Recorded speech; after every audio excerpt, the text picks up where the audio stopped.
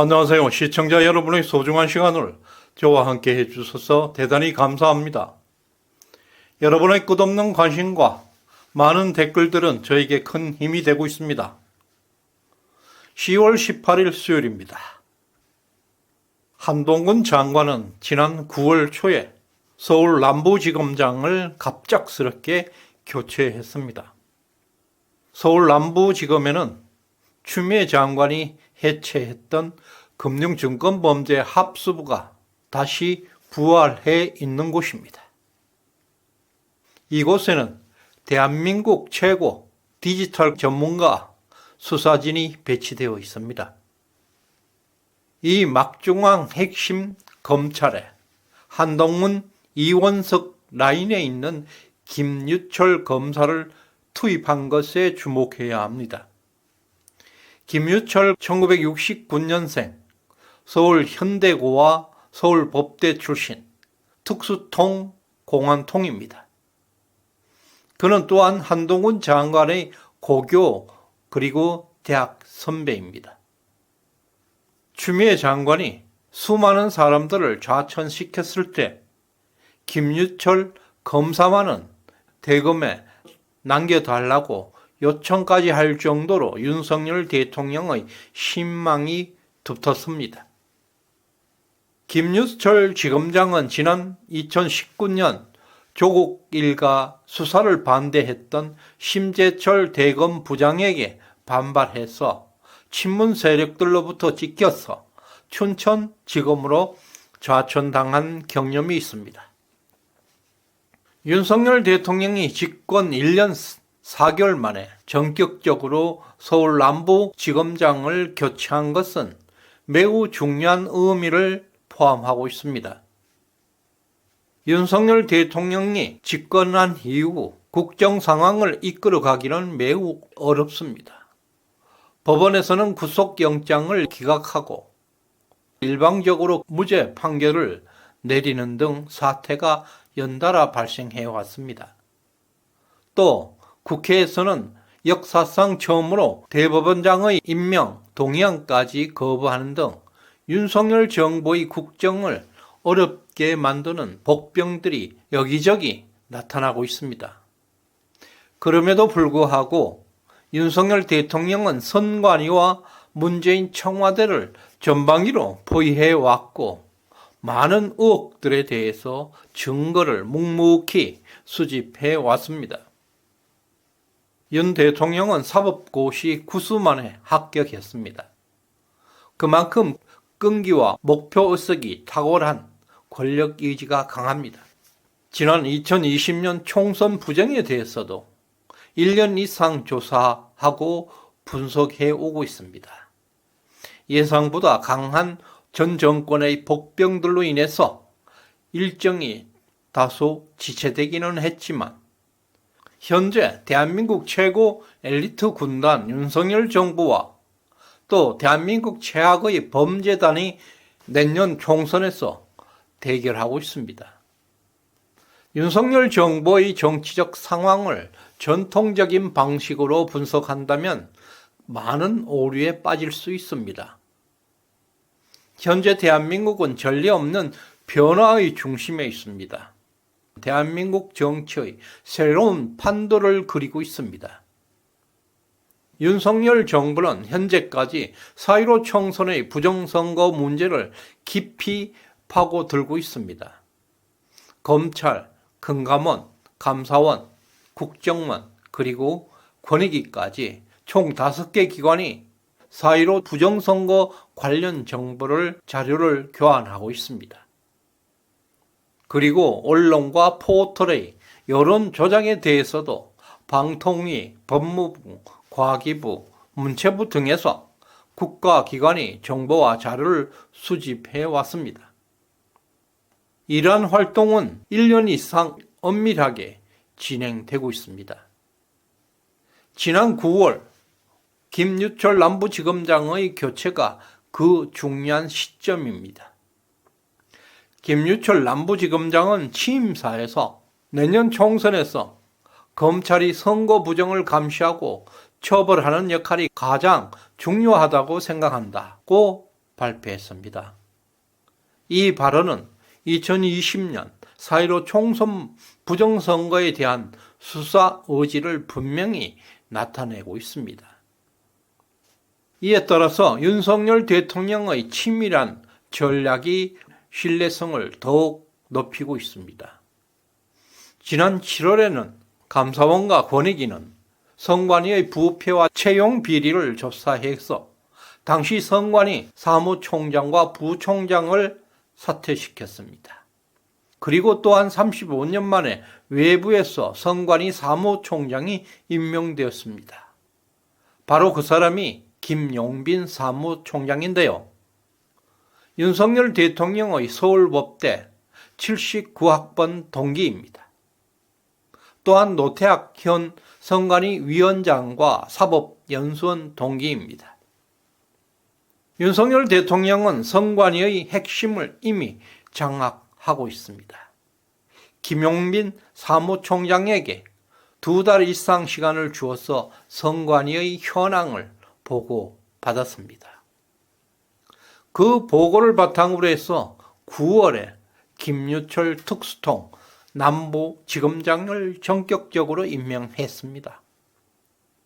이러한 일련의 사항들을 볼 때 윤석열 대통령의 체계적이고 전략적인 면밀한 접근성을 보여주고 있습니다. 따라서 4.15 총선 부정선거 문제가 점점 더 가열되고 있습니다.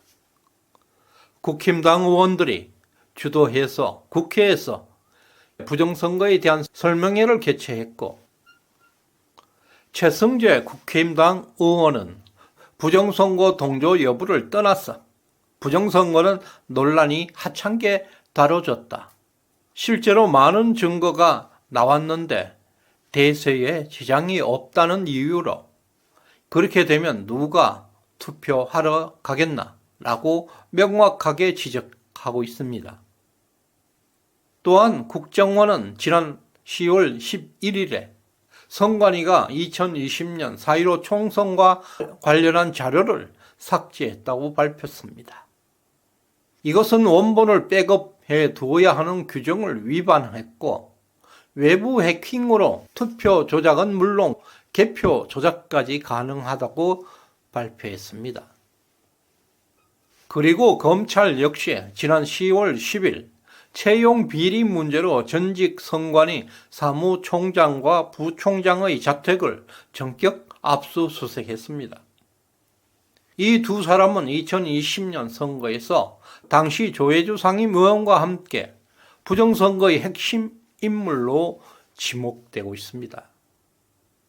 이러한 일련의 사건과 발표를 볼 때 4.15 총선 부정선거 문제가 단순한 논란이 아니라 이제 심각한 정치적 수사 이슈로 부상하고 있음을 확실히 알 수 있습니다. 문재인은 이러한 선관위 상황에 대해서 이미 보고받았을 것입니다. 양산에서 청와대 비서관들을 긴급 소집해서 회의를 여는가 하면, 지난 9월 중순에는 이재명의 단식장에 전화까지 걸고 또 새벽밥을 먹고 서울까지 달려와서 이재명 병문안까지 하고 갔습니다. 이러한 행동은 극도로 불안하고 초조한 상태임을 보여주고 있습니다. 이준석 대표는 2020년 총선 이후 부정선거를 주장하는 사람들에게 벌레 취급을 해왔습니다.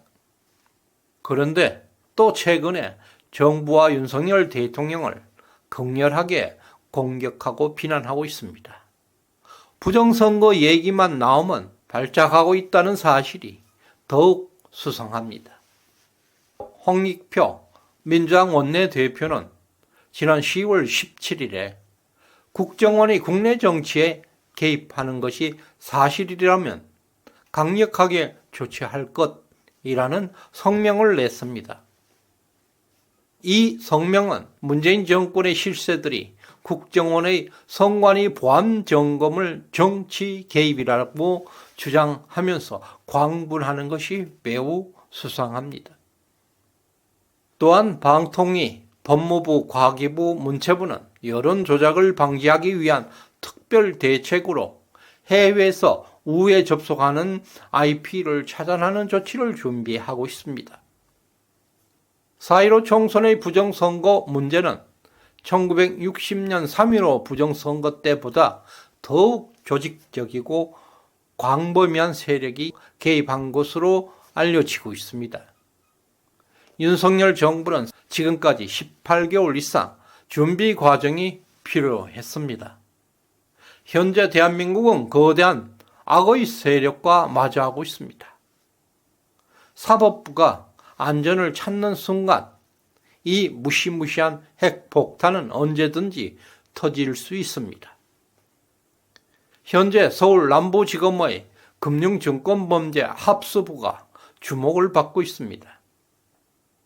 여기에는 고도로 훈련된 전산 전문가들이 모여 있고 1차원적인 선거 관리 시스템을 분석하는 데는 어려움이 없을 것입니다.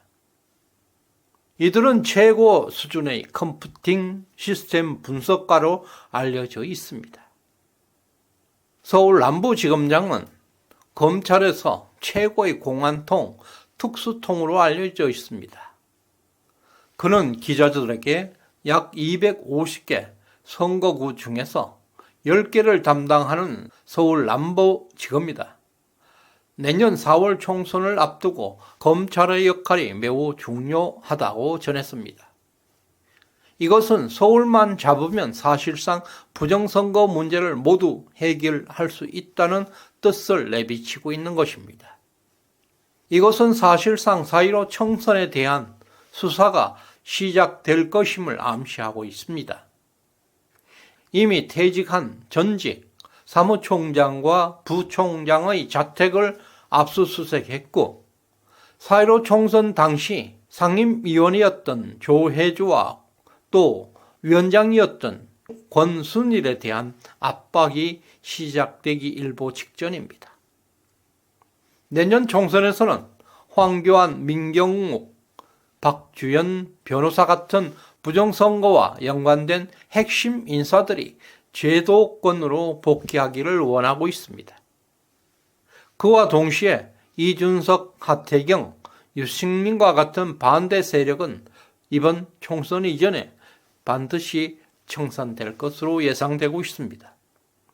머지않아 올 연말이나 늦어도 내년 초에는 윤석열 대통령의 총선 압승 전략이 구체화될 것으로 보입니다.